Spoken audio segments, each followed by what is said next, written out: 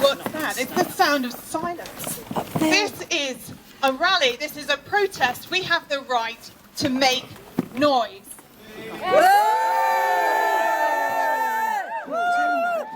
We must not be silenced. Now, the Liberal Democrats have been opposing elements of this bill through the House of Commons, through the House of Lords, and the focus for us has been the right to protest, as well as persecution of minorities. Now, what do we object to about this right to protest? Top of the bill, not being allowed to make noise. The police being given the powers to decide how noisy an event can be.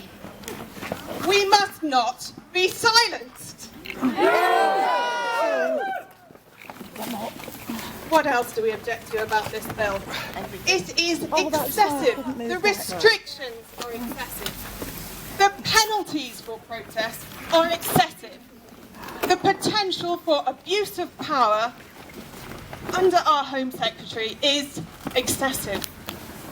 Now, silence is a beautiful thing. It can be a beautiful thing, can't it? That calm moment after a busy day at work, a cup of tea quietly after dropping your child at school. You've asked them to put their shoes on 15 times. Silence can be a wonderful thing. Silence can also be an ugly thing. It can be a dark thing. Silence is complicity. Silence is oppression, often. Silence is brought about by fear. And that's what I worry about with this bill. People will fear making their voices heard. They will fear coming to protest. And why? Because they could be given a 10-year jail sentence for their protest. At the moment, you have to knowingly breach conditions of a protest.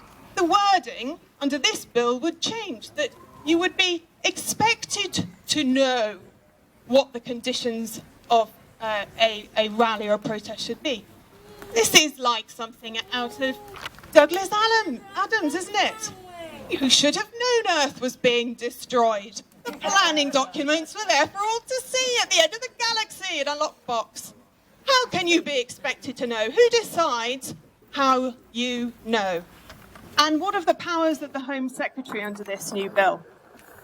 She has the right to decide what constitutes serious disruption, without recourse to Parliament, without a vote, without scrutiny by Parliament. She decides what serious disruption is, for which you can be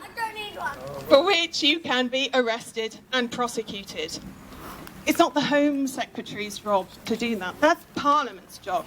And it's for the judiciary to interpret the law laid down by Parliament, not the Home Secretary. Now, the other thing we worry about is the context in which this bill is being passed. It's not just about the one bill, is it? What else is going through Parliament at the same time?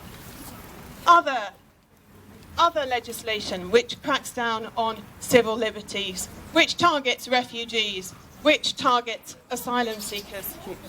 There are some dark undercurrents at the moment, and this bill is part of it. It's also part of another sort of silencing. Now, we all do this. We discredit people who we disagree with. We belittle people who we disagree with often. We attack the who, not the what. Our government, our cabinet, they really, really enjoy discrediting, belittling and diminishing people who disagree with them. It is silencing people by belittling them. And who am I thinking of when I talk about this? Individuals, protesters. What did Boris Johnson call London protesters recently? Irresponsible crusties. Don't listen to them, they're irresponsible crusties. What about the judiciary? Do you remember 2016, that front page, the four judges who had dared to find against the government that they needed to recourse from Parliament to trigger Article 50 to leave the European Union. What did the Daily Mail front page say about them? Traitors. Traitors. And you say, oh, that's not the government. That was the Daily Mail. Who was it? Jamie Slack. Is that a name that you're familiar with this week? No? It was his leaving do the night before Prince Philip's funeral. He was Director of Communications for Number 10 and previously the spokesman for the Prime Minister. He was responsible for that headline. Other lawyers. Priti Patel. Oh, lefty lawyers. Don't listen to them, they're lefty lawyers. We don't trust the left, do we?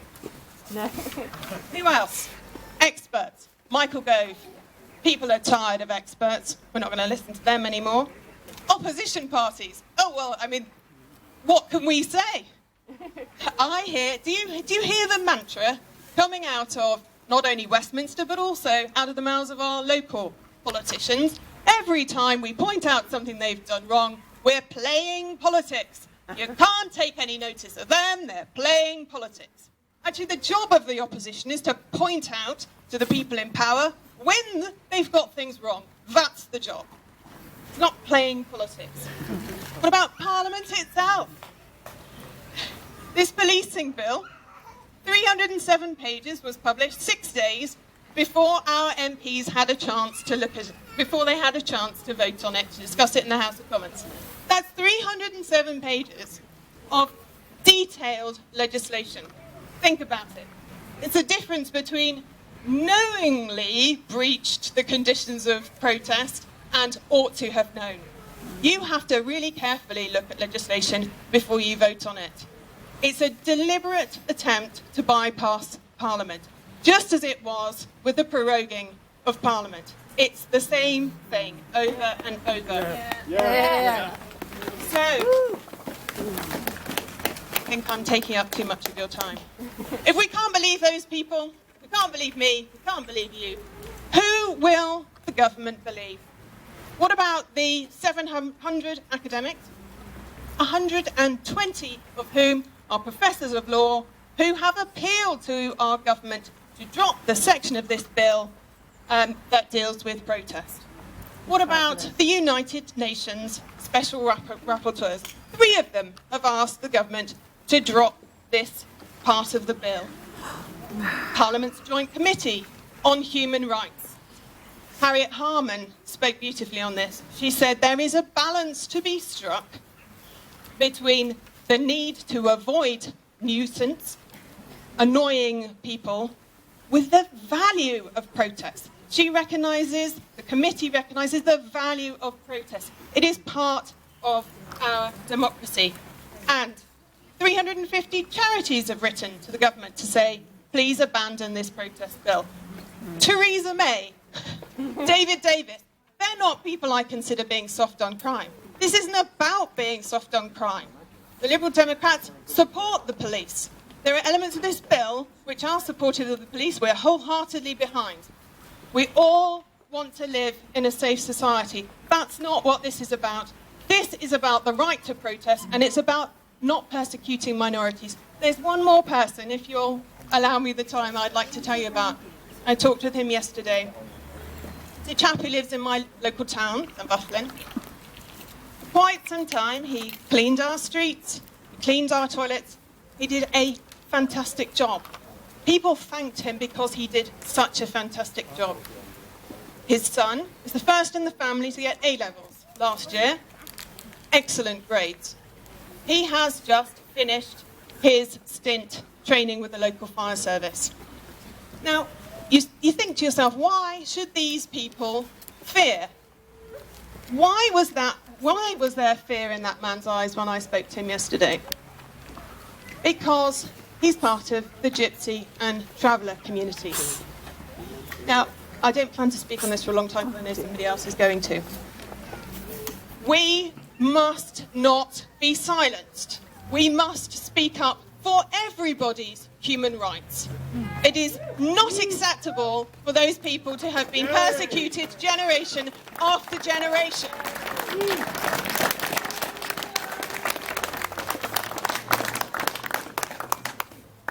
So, I say to you, we must not be silenced. The right to protest is critical for a healthy democracy. Even Theresa May has said that. There'll be people sitting at home watching the news, and they tell me this on the doorstep. Why is the government not cracking down on these protesters? They're a pain. They're a nuisance. It's irresponsible. There is a line to be drawn, of course. But you know what Theresa May said? She who is not soft on crime. She said, it's part of a healthy democracy. Yeah. That's it. If Theresa May can say it, I think our voices should be heard. I think our opinion counts as well, don't you? Yes. So I say to you one last time, thank you for listening. Thank you very much for inviting me to speak. I think part of our problem is that we don't talk to each other enough. We hear sound bites, video clips, quotes in a newspaper. We're not looking in the whites of people's eyes and really hearing what they think, reading their body language, understanding who is standing up for us out there.